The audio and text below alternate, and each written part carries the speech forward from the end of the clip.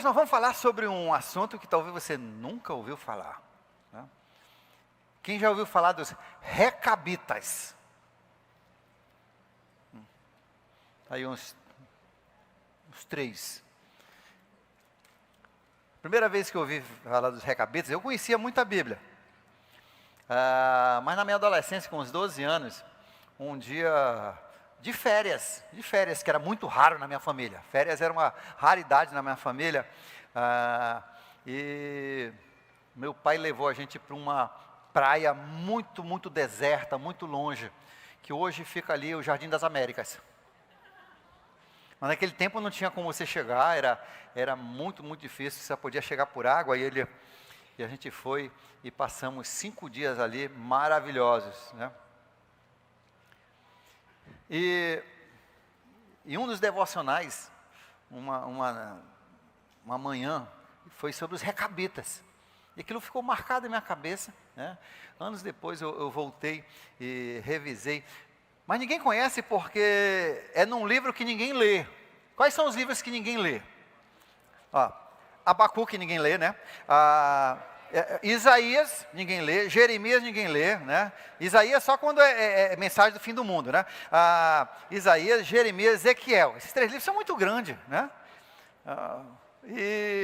Então, a história dos recabitas se encontra no livro de Jeremias, capítulo 35. O capítulo todinho é sobre os recabitas.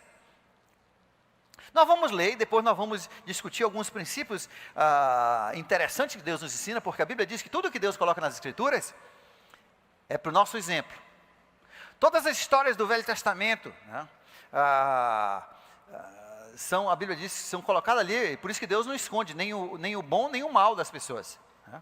Até as pessoas que Deus amava muito, Ele coloca lá, ele detona os pecados, Ele mostra em público, bota em capa de revista, para nosso exemplo, a Bíblia diz. Então, Ele coloca essa história, não é por acidente, e nós vamos tentar entender por que Deus colocou essa história interessante nas Escrituras. Capítulo 35 de Jeremias, começando no verso 1. Durante o reinado de Joaquim, filho de Josias. Josias foi um dos melhores reis de Israel. Joaquim foi um dos piores. O filho do melhor rei, um dos melhores reis, foi um dos piores. Rei de Judá, o Senhor dirigiu esta palavra a Jeremias. Jeremias é o profeta que escreveu aqui esse livro. Vá para a comunidade dos recabitas. Isso significa que em algum lugar do passado, eles tinham algum avô, algum tataravô chamado Recabe, né? Convide-os a virem a uma das salas do templo do Senhor e oferecer-lhes vinho para beber. O templo do Senhor era menor do que nesse nosso prédio, mas ele era parecido, um pouco parecido, porque na parte principal, que seria bem mais estreito, seria mais ou menos só essa parte do meio, então era dividido em 2 salas, uma parte onde ficava a arca, etc, etc, e depois ao redor dele todinho era tipo nosso, tinha 2 andares de salas, né? E ali ficava a tesouraria, ficava uma sala para os porteiros, outra sala para limpeza, outra sala para manutenção, ao redor em 2 andares. E ele diz então, convide para uma dessas salas. Olha só, que coisa estranha aqui. Convide os recabitas, convide-os a virem a uma das salas do templo do Senhor e ofereça-lhes vinho para beber. Que estranho. Outro dia uma mulher, só porque eu contei uma piada, piada, você está entendendo? Piada não é ensino, eu contei uma piada na oficina do casamento sobre um cara que tomou uma cerveja. A mulher foi embora porque ela disse que eu tinha falado cerveja. O pastor não pode falar cerveja.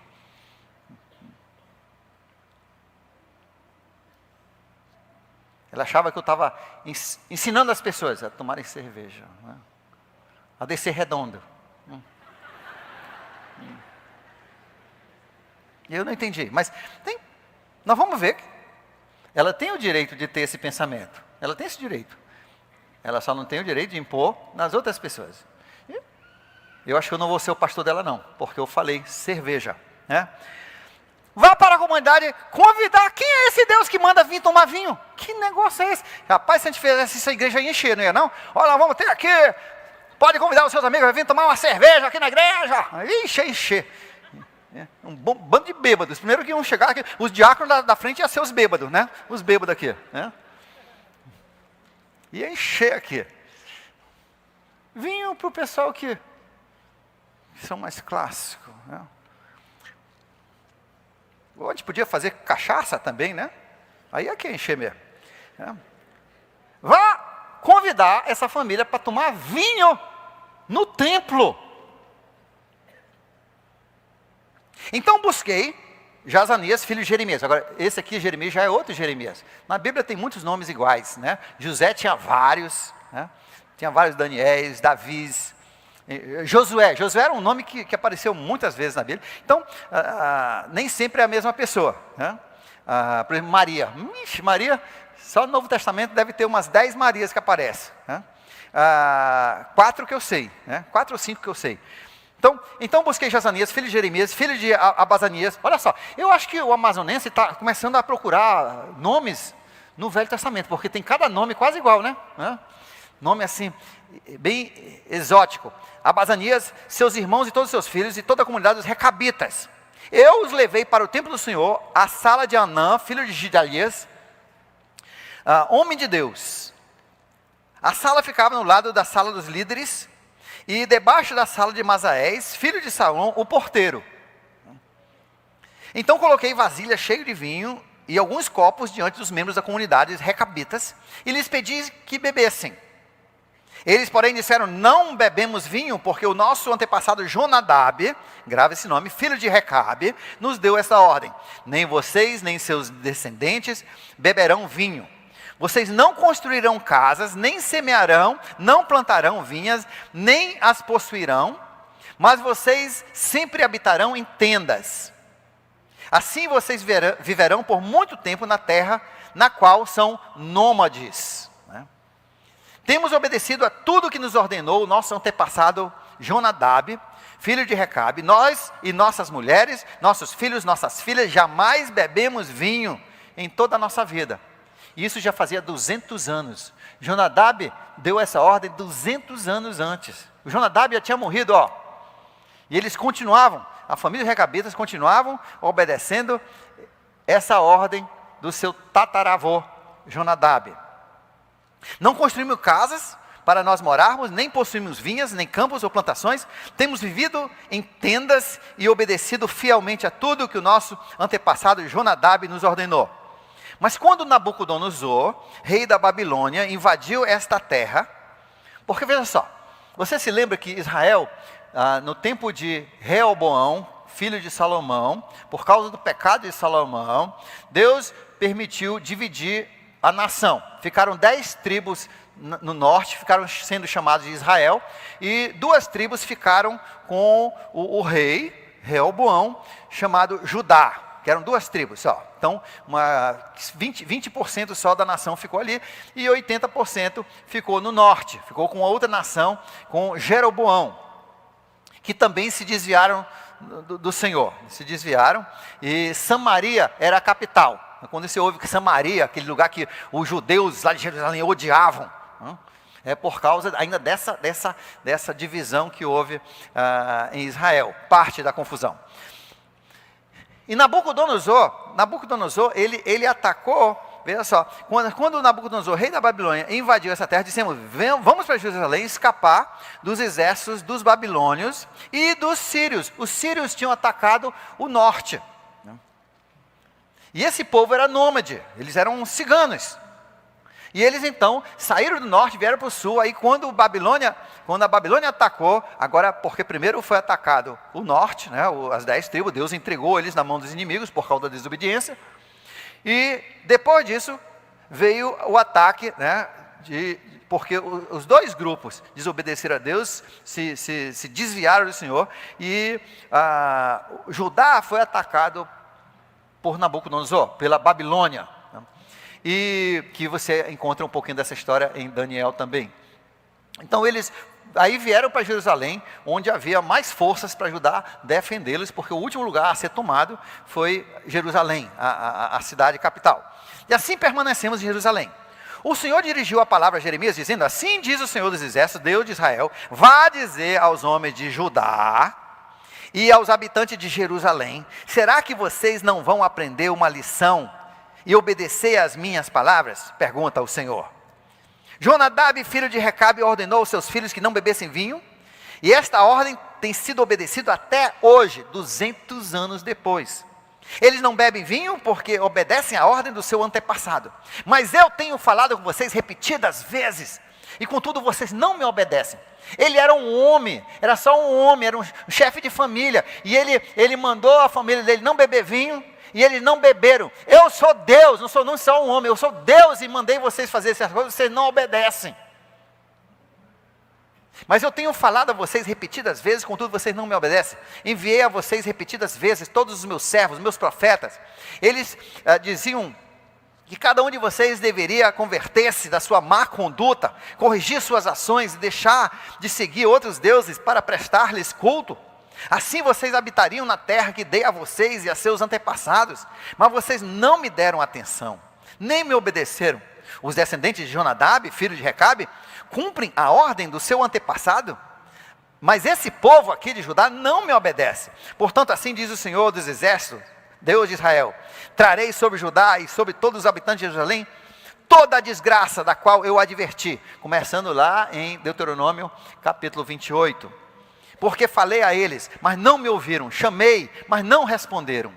Jeremias disse à comunidade dos Recabitas: assim diz o Senhor dos Exércitos, Deus de Israel: vocês têm obedecido aquilo que o seu antepassado Jonadab ordenou, têm cumprido todas as suas instruções, e têm feito tudo o que ele ordenou. Por isso, assim diz o Senhor dos Exércitos, Deus de Israel: jamais faltará a Jonadab, filho de Recabe, um descendente que me sirva. Que capítulozinho estranho. Vamos ver por que é estranho. Primeiro vamos saber quem são esses Recabitas. Os Recabitas, na verdade, eles são descendentes, eles não são nem judeus puros. Eles são descendentes de uma mistura da família de Moisés, do sangue de Moisés, que era da tribo de... E vocês estão fazendo CENIB? Esse ano que vem vai ter muito curso de Velho Testamento, viu? Faz tempo que a gente não dá Velho Testamento, vai ter Velho Testamento 1, 2, 3, 4, 5, 6, 7, 8, 9, 10, até 100.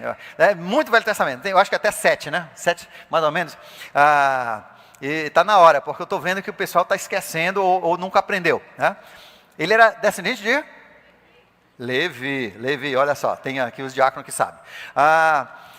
Diaconisas. Então, Levi, então Moisés era judeu do âmago. Mas Moisés, quando ainda príncipe, filho de Faraó, adotado, ele matou um egípcio e teve que fugir. E fugiu para o deserto de Midian. Né? É uma região onde moravam os midianitas, que eram descendentes de Esaú, na verdade. E ali naquele deserto solitário, ele teve a sorte de encontrar umas lindas mulheres. Eram 8 irmãs, filhas de um sacerdote, de uma religião temente a Deus, mas assim meio misturado com a cultura também. E o nome dele era, o sogro de Moisés, Jetro. Ele tinha outro nome também, mas vamos ficar com Jetro, que é mais fácil. Jetro, então, se interessou porque tinha 8 mulheres e nenhum filho, e Moisés casou com a filha mais velha, que chamava-se Víbora. Não, Víbora é cobra. Zípora. Né? Casou com a Zípora e teve 2 filhos, e depois nós ouvimos a história sobre eles. Depois, o Jonadab, o Recabe, né? Jonadab, que era filho de Recabe. Recabe, na verdade, foi fruto desse casamento. Ele era uma mistura da família dos midianitas, ele era descendente dos midianitas, tá?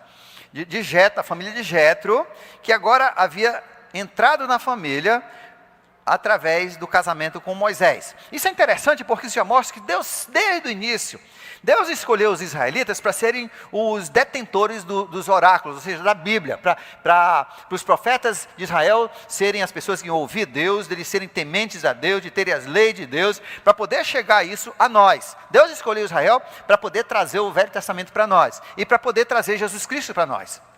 Essa é a função principal de Israel. Mas desde o início, Deus sempre dizia, as pessoas que quisessem aderir a esses princípios, a religião que Deus havia dado para eles eram bem-vindos. E nós vemos isso, por exemplo, no caso de Raabe, que era uma prostituta, quando os judeus invadiram Canaã. Raabe entendeu que esse era o Deus Todo-Poderoso e escondeu os espias e terminou então sendo adotado por Israel. Ela entrou em Israel, ela foi adotada por Israel, mesmo não sendo judia do âmago, e se tornou inclusive o quê? Bisavó do rei Davi. Isso já mostra que Deus sempre foi inclusivista. Todo aquele que quiser, independente da nacionalidade, Deus sempre abriu, porque Deus criou todas as nações, todas as pessoas, para serem seu filho, serem sua família. Ele escolheu Israel para ser os escritores da Bíblia, trazerem a Bíblia para nós, e serem também a família pelo qual Jesus viria.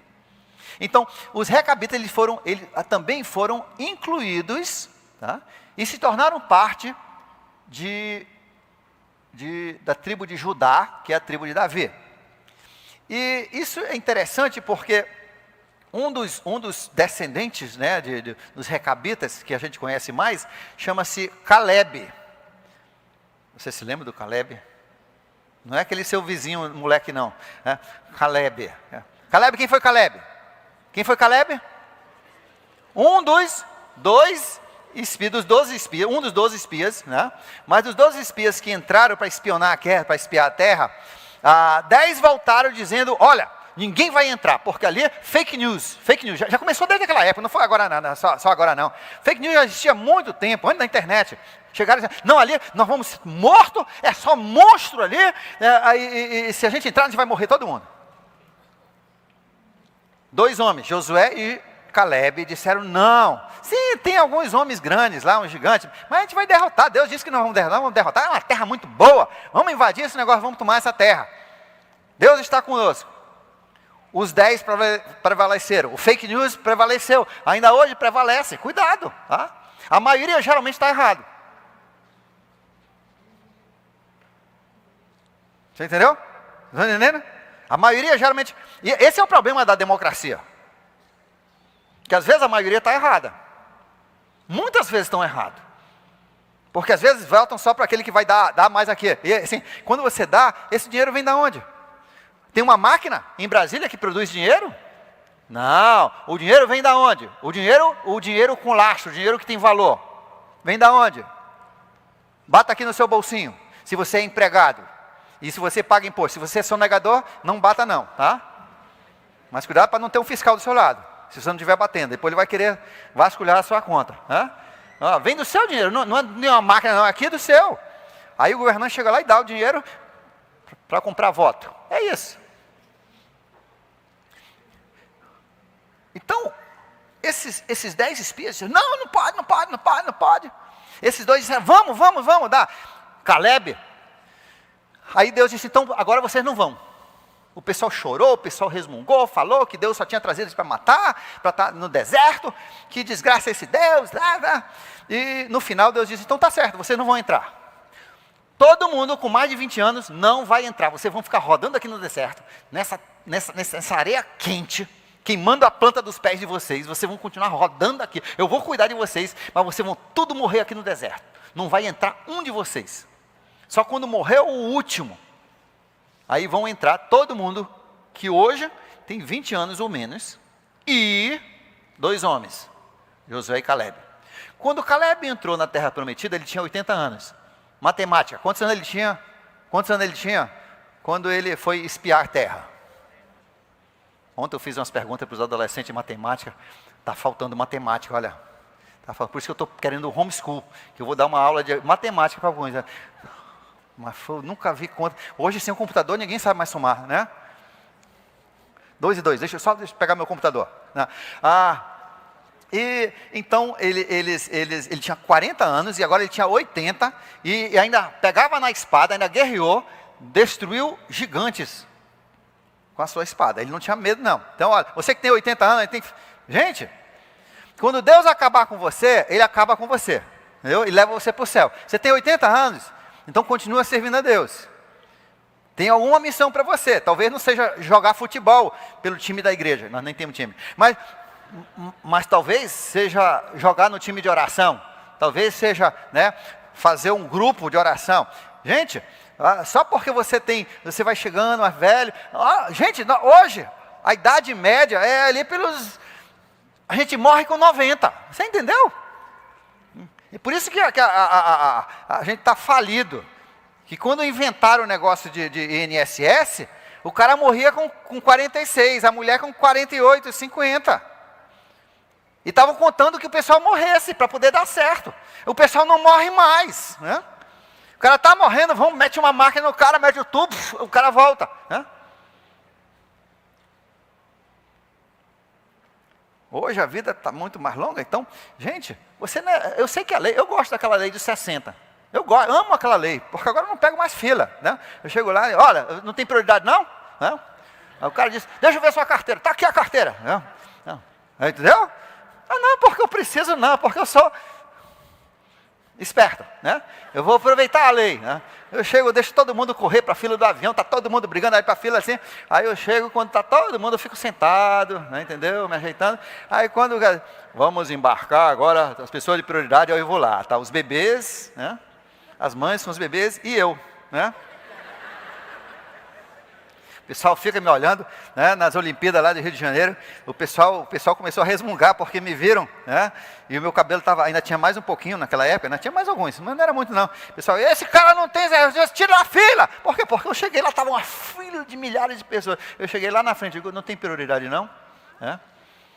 Ainda tinha mais 2 jovens comigo, aí eles, não, a gente está com o nosso irmão aí mais velho, aí ele está cuidando dele aí, né, entendeu? Aí cheguei na fila, já fui para a janela, né? Peguei os ingressos, aí ficou aquela fila lá resmungando, né? Então, de qualquer forma, Deus, quando tiver terminado com você, Ele acaba com você, você entendeu? Então não fica, eu vou morrer. Eu fico pensando no Isaac. O Isaac, ele viveu mais 35 anos depois que ele fez a oração da morte. Depois da extrema unção dele, depois dele dizer assim, agora eu vou morrer, eu vou dar minha bênção agora para Esaú, mas ele deu para Jacó, né? Quando você começa a ser velho aqui, você faz bobagem. Então não seja velho aqui, você renove as suas forças no Senhor. Se você ainda anda, você respira, é porque Deus ainda tem missão para você. De qualquer forma, não tem nada a ver com a mensagem. Tá? Só uma garra aí para a nossa melhor idade. Então aqui ele chega e Jonadab, vamos logo no Jonadab, senão a gente não chega. Caleb, ele entra e Jonadab é um descendente dele. Recabe é descendente dele, Jonadab é descendente dele. E eles terminam sendo adotados na tribo de Judá. E adivinha qual foi a terra que Caleb pediu de Josué? Ele disse, Josué, Moisés me prometeu terra especial porque eu não tive medo. Então me dê a terra que foi me prometida. Eu quero esse morro cheio de gigantes. Eu quero essas 7 montanhas aí cheias de gigantes. Sabe que terra é essa? Jerusalém. Era a melhor terra. Era a terra que Deus um dia ia escolher para ser o santo lugar dele, para construir o templo. E Caleb foi, ele e a família dele com armas, ele tinha um monte de filhas, inclusive Caleb. Todo mundo pegou a arma, destruíram os gigantes, tomaram a terra e terminou sendo a capital de Israel e o lugar do nascimento de Jesus Cristo. E o lugar da Jerusalém, né, da construção de Jerusalém e um dia da Nova Jerusalém. Olha só. E Caleb não era nem bem judeu, ele era um judeu adotivo, que tinha sido aceito, a família dele no tempo de Recabe, foi introduzido e fez parte de Israel, porque ele queria esse Deus na sua vida. Assim como você hoje pode querer esse Deus, e todo o que quiser, Deus aceita. Bem, aí nós ouvimos depois Jonadab. Jonadab, a primeira vez que aparece esse nome, Jonadab, que era filho de Recabe, é em 2 Reis capítulo 10, versos 15 e 23. Jeú, se lembra de Jeú? Ninguém se lembra. No ano que vem vocês vão fazer de novo, né? Eu acho que é Velho Testamento o quê? 3, 4, acho que é 4, né? Os reis. Aparece Jeú. Jeú era conhecido por ser um motorista louco, né? Todo mundo conhecia ele pela forma que ele dirigia. O carro dele tinha 6 cavalos, né? Eu acho que era 6.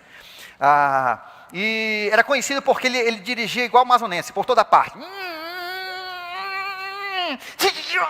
Todo mundo conhecia ele porque era assim de um lado para o outro, vá, cortando, entrando e saindo, né? Então, ele era conhecido, de longe você conhecia que era a carruagem de Jeú. Jeú era um homem muito bravo. E quando Deus decidiu destruir a família de Acabe pelos muitos pecados dele, o assassinato de Nabote, ele mandou Jeú. Ele chamou Jeú e disse: agora, vá matar essa família todinha. Mate todos os filhos e mate aquela mulher. Aquela mulher sem vergonha do Acabe. Como era o nome da mulher do Acabe? Se lembra? Jezabel, olha, você sabe. E a Jezabel era conhecida por usar muita maquiagem. A maquiagem não começou com a Rinodê, nem com a Avon, né? A maquiagem começou nos dias de Jezabel. Quando escavaram lá em Samaria, o palácio, aquela região, né, a parte onde Jezabel morava, encontraram muitos potes de pintura labial e de maquiagem. Sabia disso? Olha só, maquiagem tem muito tempo, não é não? Sempre as mulheres querem ser mais bonitas do que Deus as fez, escondendo os seus defeitos. E a Jezabel se aproveitava, ela queria dar uma cantada no Jeú. Quando ele chegou, ela fez toda a maquiagem. Oi, meu bem, o Acabe já tinha morrido, né? E ela já sabia que ela era a próxima. Ela tentou seduzir o Jeú, mas o Jeú mandou foi jogar ela lá de fora, lá de cima do prédio, do 3º andar. Joga embaixo, quem for de Deus. Aí os cachorros comeram ela, do jeito que o profeta tinha profetizado. Qual foi o profeta que profetizou? Qual foi o profeta que profetizou isso? Olha, Velho Testamento 4, ano que vem. Senib, não perca essa aula. Elias. Aí, de qualquer forma, então, aparece aí, nessa viagem, quando ele foi matar os filhos, né, e destruir essa família todinha, para tirar toda essa praga de Israel, ele estava na estrada, passando na estrada, e viu Jonadab. Parou a carruagem, esse Jeú, o doido. Aí, ele disse: Jonadab, você é a favor do que eu estou fazendo ou contra? Ele diz: a favor. Então não suba, porque você vai assistir dos dois jeitos. Você vai me assistir, né? Você vai assistir e você vai assistir. Entendeu? E ele subiu na carruagem e ajudou Jeú destruir toda a família de Acabe e Jezabel. É a primeira vez que aparece Jonadab. Isso foi 200 anos antes dessa história de Jeremias. Segunda vez que nós vemos de novo esse mesmo nome é em Neemias. Você se lembra de Neemias? Neemias fez o quê? Ele, profeta de Deus, que fez o quê? Reconstruiu, isso é Velho Testamento 4 ou 5? Acho que é 5. Reconstruiu os muros depois da Babilônia, né? Depois dos sírios. Deus mandou voltar para Jerusalém e construir. Foi o rei Dario que deu essa permissão e pagou as despesas para construírem o primeiro templo com Esdras e depois as muralhas de Jerusalém com Neemias. E adivinha? Lá se estava em Jerusalém ainda a família de Jonadab. Era um dos povos que não foi preso, que não foram presos, eles eram nômades. E eles não foram presos, eles ficaram, e a família de Jonadab ajudou a construir uma parte do muro. Você vê lá em Neemias, capítulo 3, versos 14 e 15. 1 Crônicas, capítulo 2, verso 55, diz que o trabalho principal dos recabitas, porque eles não podiam fazer plantação, não podiam fazer vinho, que era uma grande indústria de Israel, não podiam tomar vinho, não podiam morar em casas. Qual era a profissão deles? A maioria deles eram escrivões, ou escribas, ou caligrafistas. Eles eram as pessoas que faziam as cópias. Era a família Xerox, né? Ou Canon, para quem gosta mais da Canon, né? Eles faziam as cópias, eram as copiadoras, né? As copiadoras. E eles que faziam, eles tinham esse dom de escrever perfeitamente, conheciam bem a gramática, e faziam então as escritas das escrituras, das leis, eles faziam as cópias.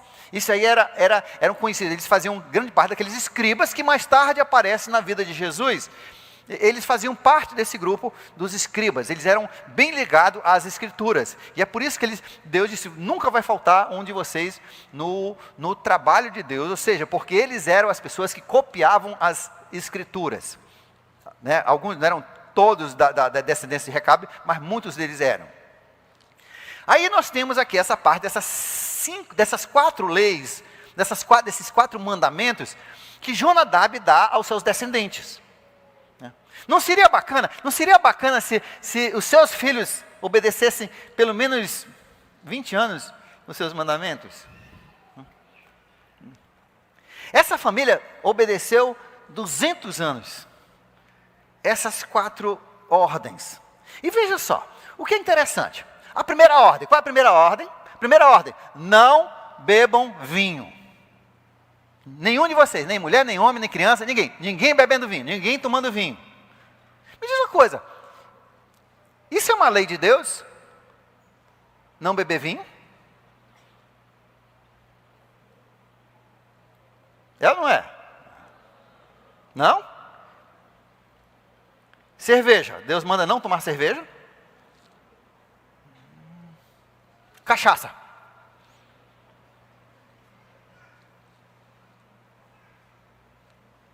Whisky. Ixi, tem uns aí que eu já estou vendo, estou sentindo até o cheiro. É uma lei de Deus não tomar vinho? Não. É uma lei de Deus você nunca se embriagar. E algumas pessoas, para não se embriagarem, não podem tomar vinho. Então, para algumas pessoas, você, para obedecer a lei de Deus de não se embriagar, você não pode, você tem que fazer mais longe o seu limite. Você entendeu? A lei de Deus não proíbe vinho. Inclusive, Jesus transformou a água em vinho. Ele estava lá na festa, como é que ele estava dando apoio?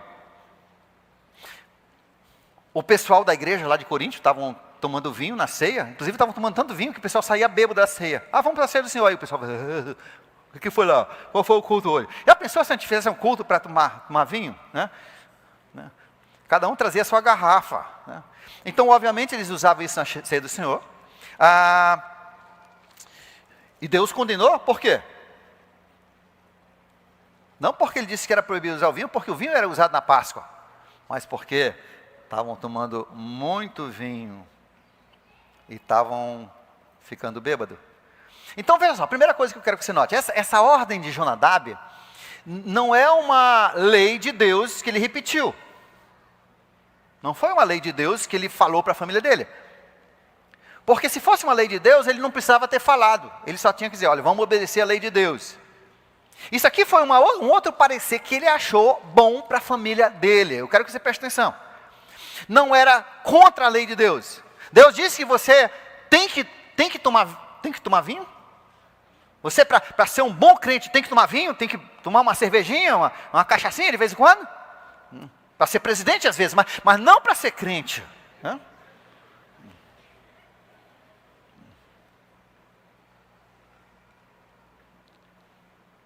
Então Deus não diz, você tem que tomar vinho. Né? A única vez que Deus falou isso foi para Timóteo porque ele estava cheio de ameba. Né? E naquele tempo não tinha vermicida, então tomava um bom álcool e morria tudinho. Né? Tipo a mulher que queria convencer o marido dela que ele tinha que parar de beber. Aí um dia ela disse, vou te mostrar. Aí pegou um copo de cachaça, botou assim, aí pegou uma minhoquinha, botou a minhoquinha lá dentro, a minhoquinha.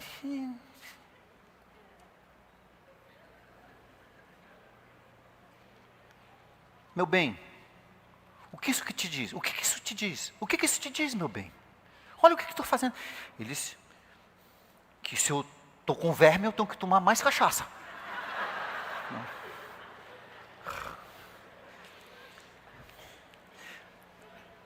Então, o que eu quero que você entenda é que essa ordem de Jonadab, filhos, prestem bem atenção.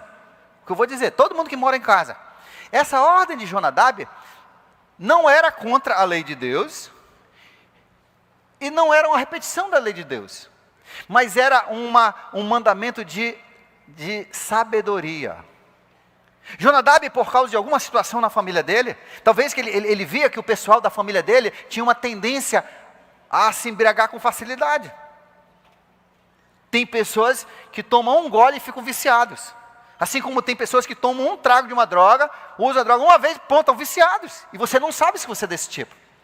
Mas Jonadab, por algum motivo, porque ele não queria que o pessoal dele se embriagasse, ele fez esse mandamento por vários motivos. Talvez porque ele sabia a fraqueza da família dele, talvez porque ele nunca queria que a família dele tomasse decisões com a cabeça tonta.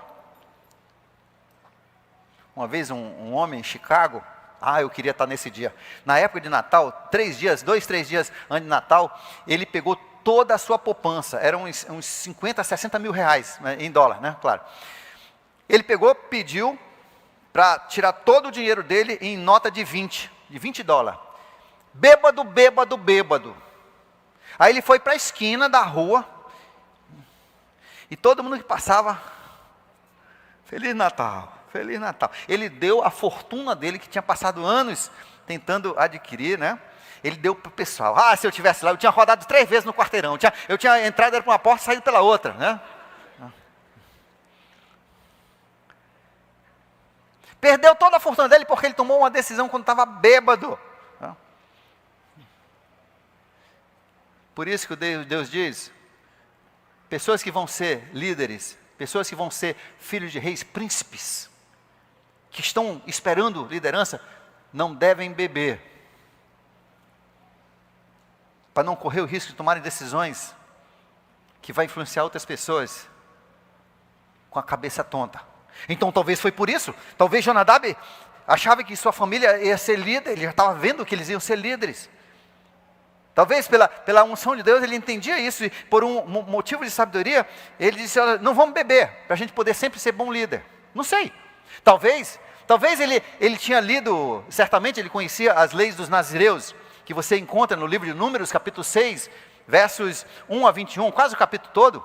Nazireu, inclusive a semana passada, o pastor Júnior, ele pregou sobre, qual foi o assunto? Sansão era um nazireu, por isso que ele não podia cortar o cabelo, não podia tomar vinho, não podia tocar em uva, não podia estar perto de coisa morta. O nazireu, ele tinha isso aí. Nazireu, geralmente o nazireu não era para a vida toda, era só um período, 1 mês, 1 ano.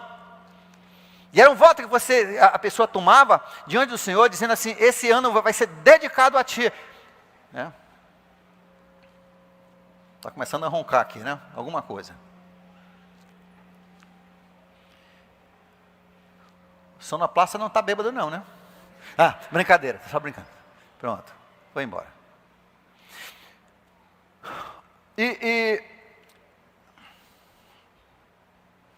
Vou voltar, olhar as anotações.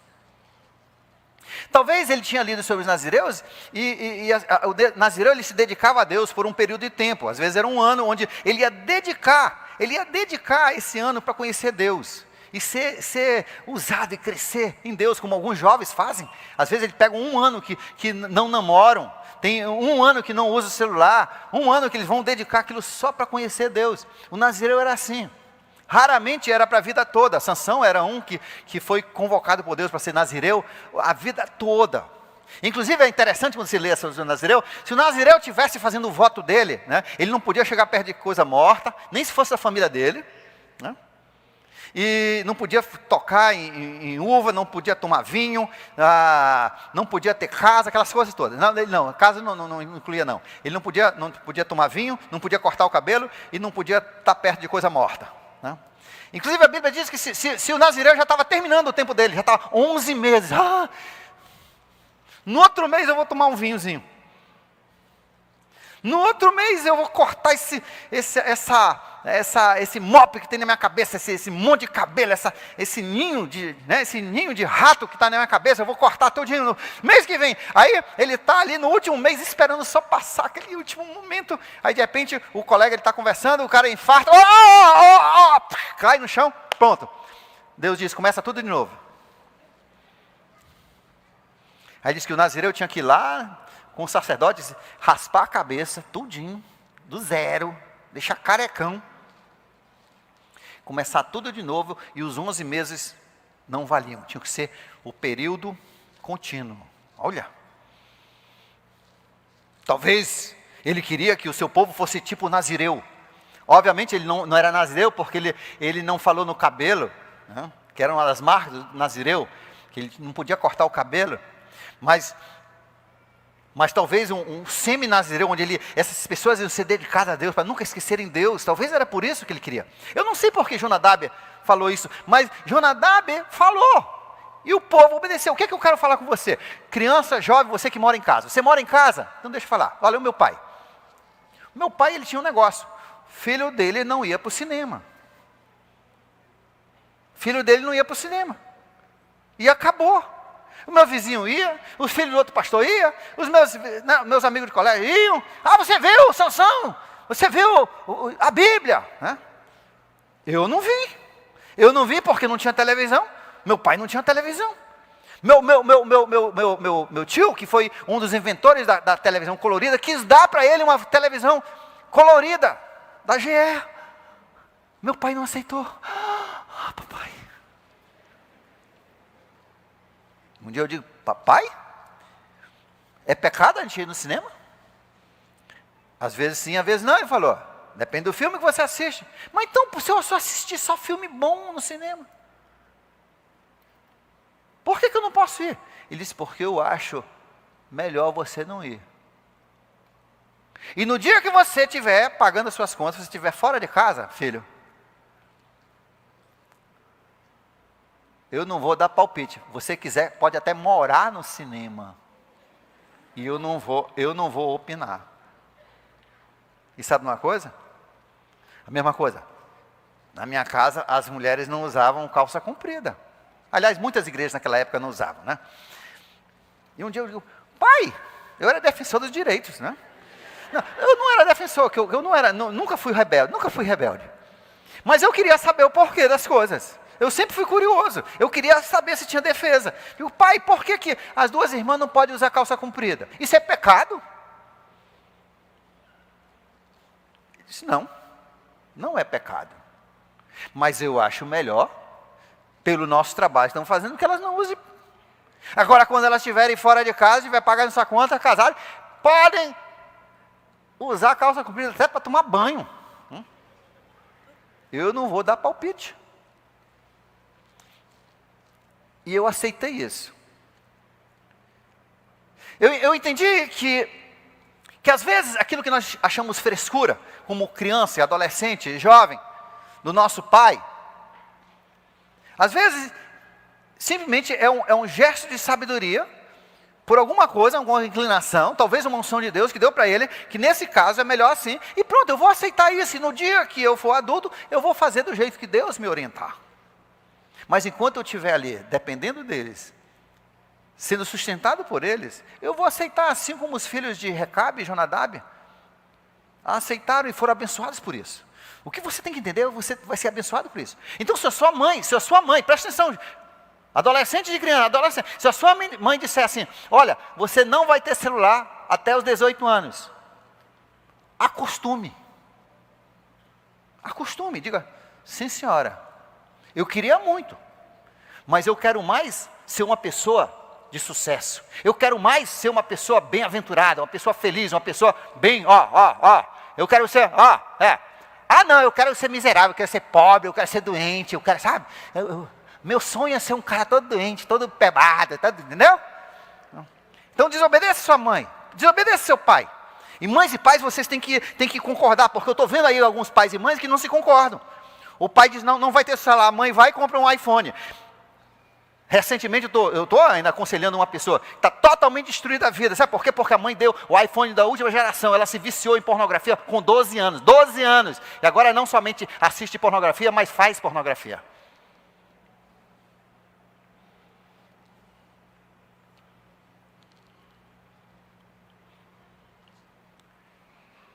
Gente, olha, se Deus te deu pais que têm uma certa sabedoria, e ele diz, mas ele não é crente. Não interessa se ele é crente ou não é crente.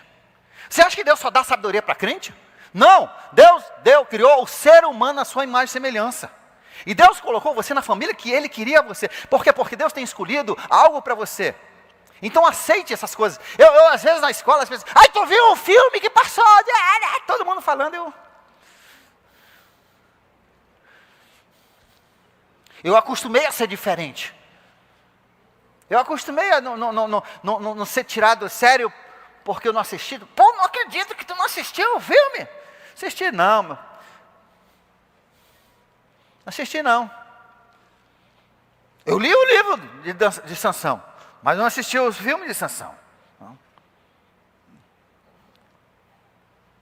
E sabe uma coisa? Eu te digo, isso aí é um dos critérios, um dos elementos que Deus usou na minha vida para eu ter sucesso. Eu acho que a minha vida diz isso para você. Não como orgulho, mas eu te digo, vale a pena você obedecer até essas frescuras do seu pai. Me desculpa a palavra, essas frescuras do seu pai, da sua mãe.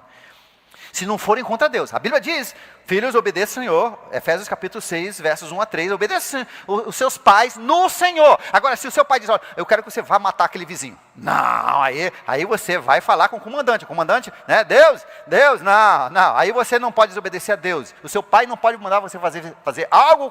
Olha, fala, o telefone liga. Aí, pai, é o tio Zé. Fala que eu não estou. Aí o seu pai está mandando você mentir, você não pode mentir. Aí você tem que dizer assim, olha, o papai disse que ele não está.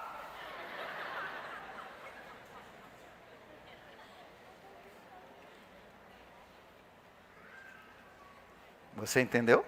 Então, contra a lei de Deus, você nunca obedece seu pai ou sua mãe, se eles mandarem você fazer algo contra Deus. Por isso que a Bíblia diz, obedeça seu pai e sua mãe no Senhor. Procure lá, Efésios capítulo 6, verso 1 a 3.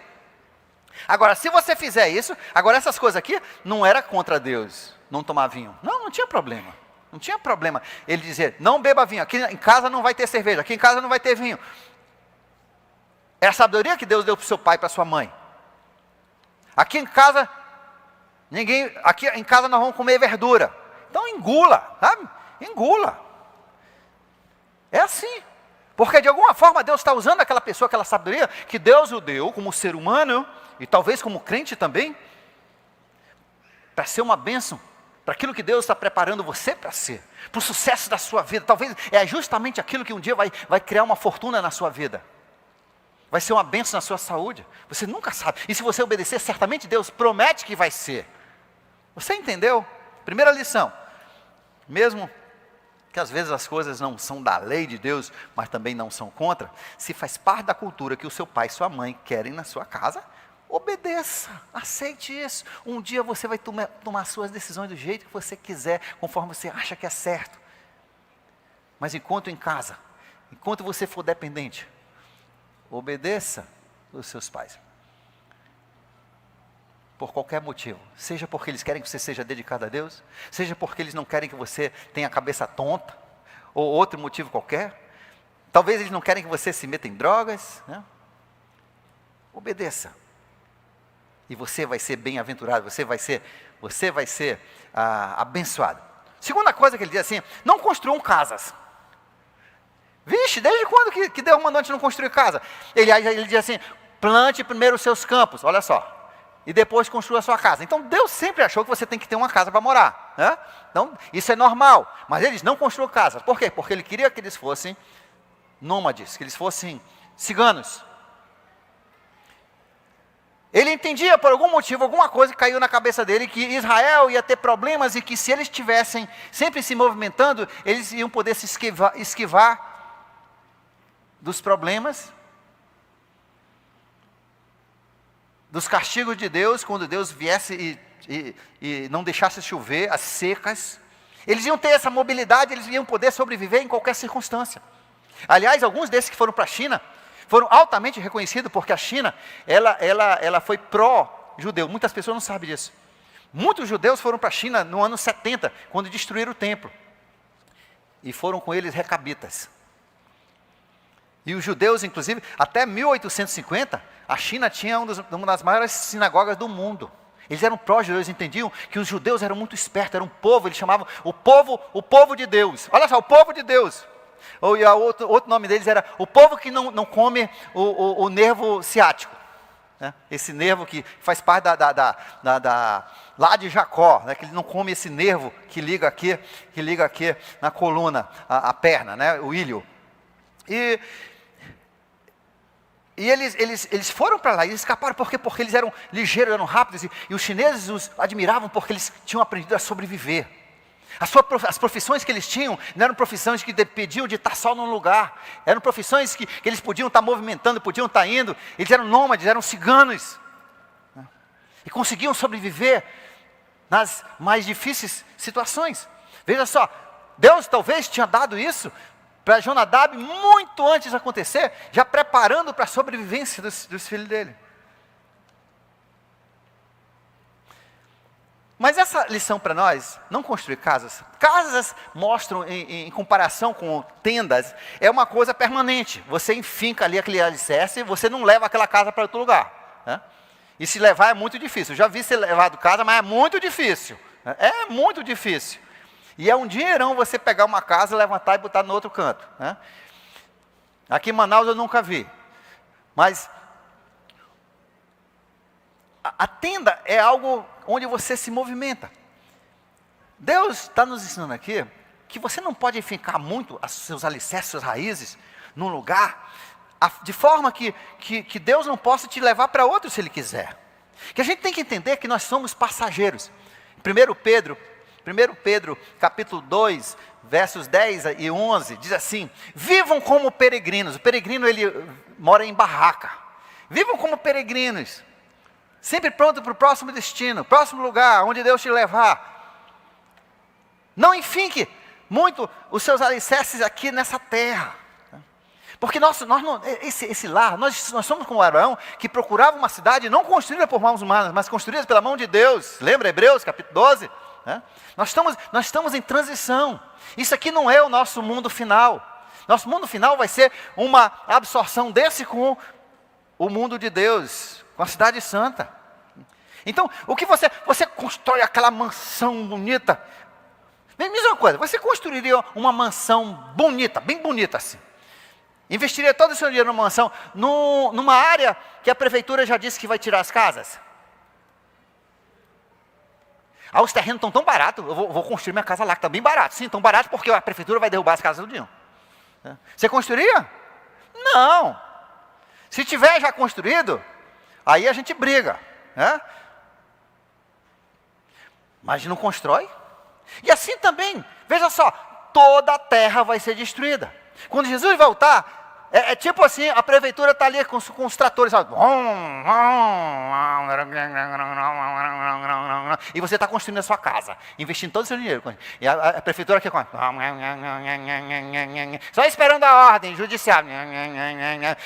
Você termina, chama os amigos para fazer a inauguração da casa, terminou a festa, é doido. Assim você que...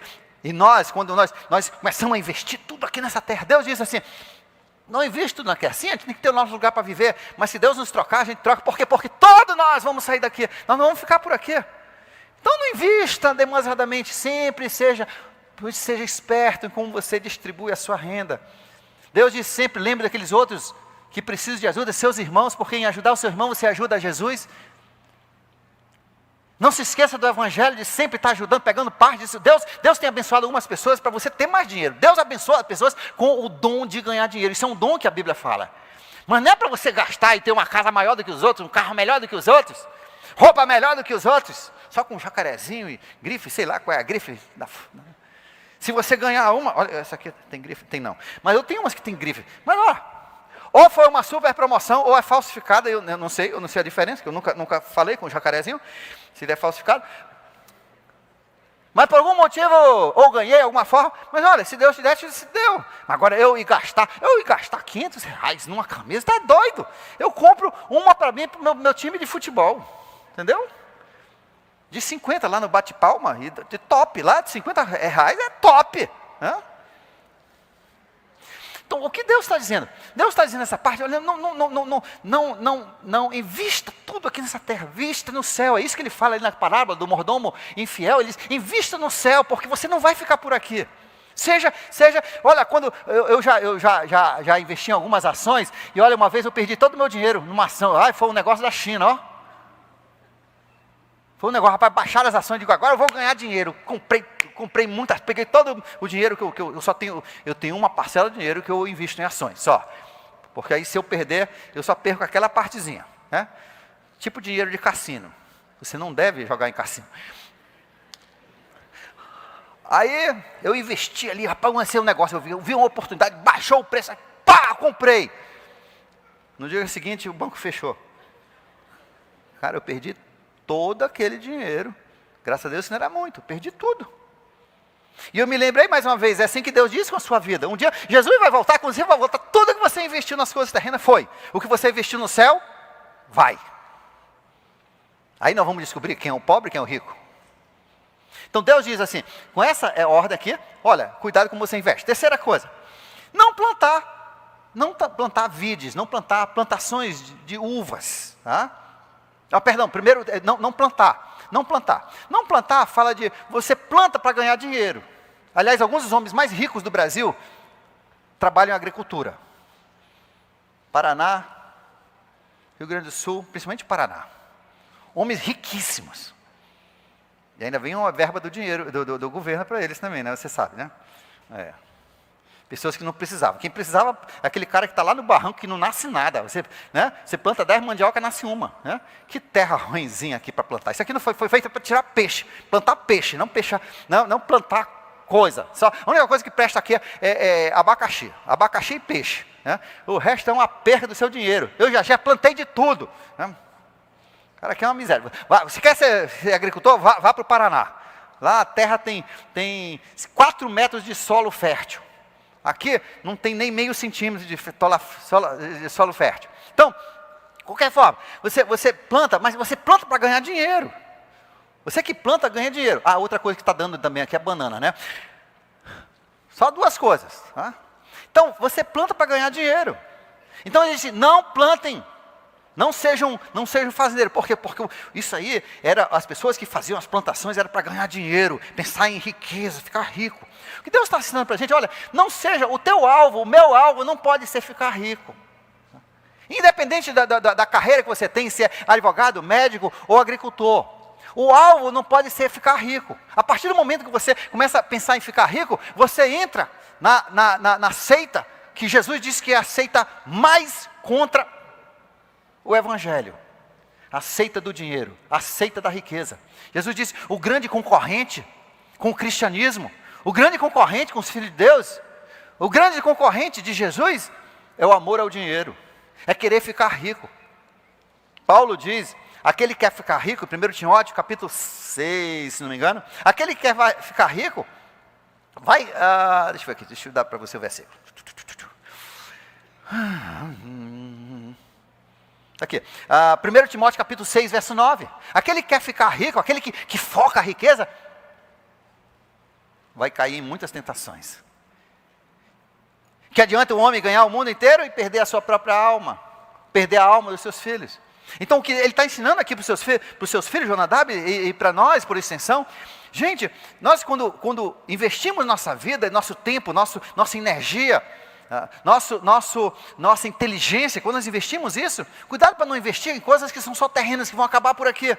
Quando o trator da prefeitura de Deus vier tirar as casas da terra, queimar, destruir, cuidado para o seu não ir para o espaço, subir em fumaça, mas que a sua riqueza suba como Deus manda, investindo naquilo que Deus diz.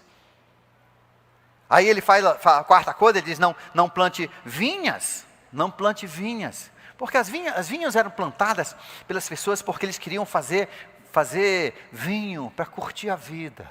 Curtir a vida. Vem para minha casa, eu estou com uma nova safra de vinho, tá uma delícia. Uma vez na França, eu fui para uma degustação, né? Uma degustação numa vinha que era assim, daqueles que tem assim, plantas que só tinham, assim, uvas só tinham naquele lugar. Eram cruzado com tinha pólen de morango, era um negócio, né? Aí tinha o suco de uva, tinha os vinhos, aquele pessoal, todo mundo. Aí cospe fora, né? Na degustação ninguém engole, sabia? Aí você...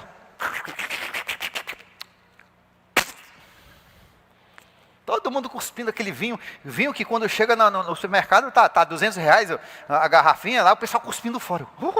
Eu já estava com o piniquinho pegando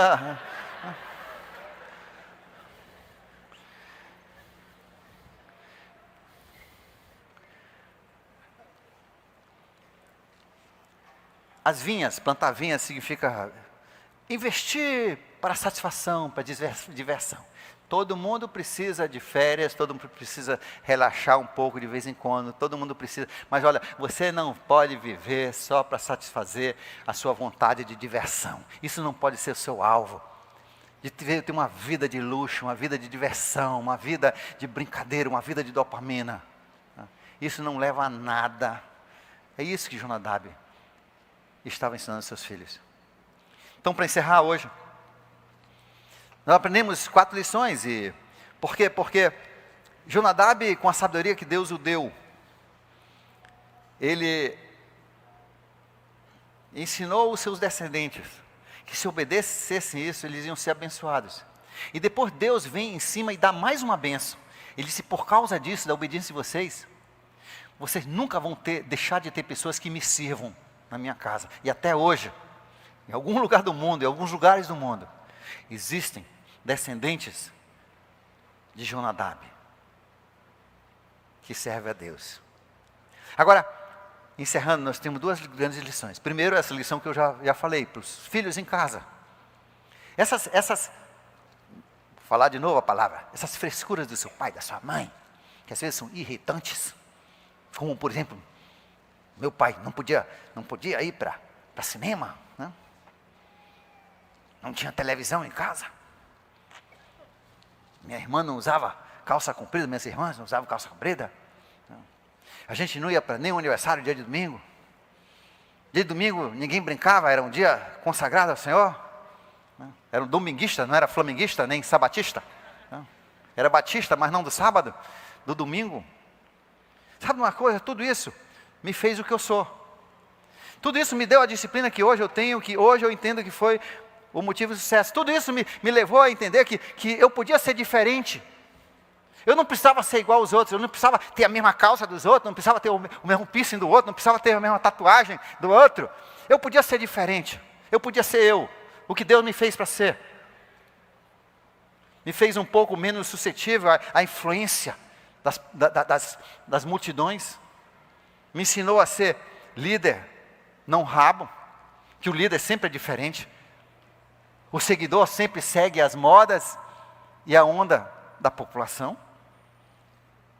Eu entendo hoje que Deus tudo estava fazendo na minha vida, como fez na vida de Jonadab, e está fazendo na sua vida também, jovem, criança, adolescente. Agradeça a Deus que vocês. E eu sei que na hora a gente fica assim meio chateado, mas sabe uma coisa? Isso é Deus mexendo, moldando, preparando você para o que Ele te preparou, para o que Ele te fez para ser. Finalmente, para todos nós, a lição aqui é que se nós precisamos ser obedientes. Porque a lição ele está usando aqui a obediência de uma família para dizer, gente, vocês precisam obedecer a Deus. Se essas pessoas obedeciam ao seu pai, seu tataravô, 200 anos depois, quanto mais vocês deviam estar obedecendo a Deus, o seu Criador, o seu protetor. Para nós precisamos obedecer a Deus. Deuteronômio capítulo 4, ele começa o livro, depois ele termina em 28, falando das bênçãos que vêm de quem obedece a Deus. Das bênçãos de quem obedece a Deus. Nós precisamos com adultos dizer, sabe uma coisa? Acima de tudo eu quero obedecer a Deus. Eu quero obedecer a Deus. Em Hebreus capítulo 13, verso 17, ele diz que a obediência de Deus é obedecer essa palavra. E essa palavra, olha, não fica inventando desculpas para você não obedecer a palavra. Isso aqui é a palavra de Deus. Obedeça. Tudo que está no Novo Testamento é para ser obedecido. E o Velho Testamento são os exemplos para você entender como se aplica na sua vida o que tem no Novo. Deus quer que você obedeça. Hebreus capítulo 13, verso 17, ele diz: obedeça. A segunda parte, Deus te dá líderes. Deus te dá líderes na igreja. E se ele estiver instruindo no Senhor, obedeça. Se ele estiver instruindo fora do Senhor, descarte. Mas se for no Senhor, obedeça. Mas eu não entendo por quê. Talvez foi a sabedoria que Deus deu para aquele líder, para lá na frente a sua vida ser um sucesso. Que Deus abençoe. Pai querido, abençoe esse teu povo. Esse povo que quer te obedecer. Obedeça, Senhor, nós te pedimos uma bênção pelos filhos que ainda estão em casa, que eles possam entender esses princípios. Que muitas vezes, coisas que não fazem razão a nós, pela nossa falta de entendimento nesse momento, Senhor, do teu ponto de vista, tu já sabes lá na frente, porque tu colocaste esses pensamentos na cabeça dos nossos pais, porque tu estás nos preparando para o futuro que tens planejado para nós. Pai, abençoa o teu povo, que nós possamos ser um povo obediente, um povo abençoado, um povo que tudo que fizermos prosperará, um povo que despeita o Senhor, as circunstâncias, as dificuldades, as tempestades que venham, Senhor, nós sobreviveremos como a família dos recabitas, porque nós te obedecemos acima de tudo. Senhor, abençoa o teu povo, em nome de Jesus, amém. Deus abençoe, bom almoço, e a gente se vê hoje mais tarde, ou domingo. Que Deus abençoe você e sua família.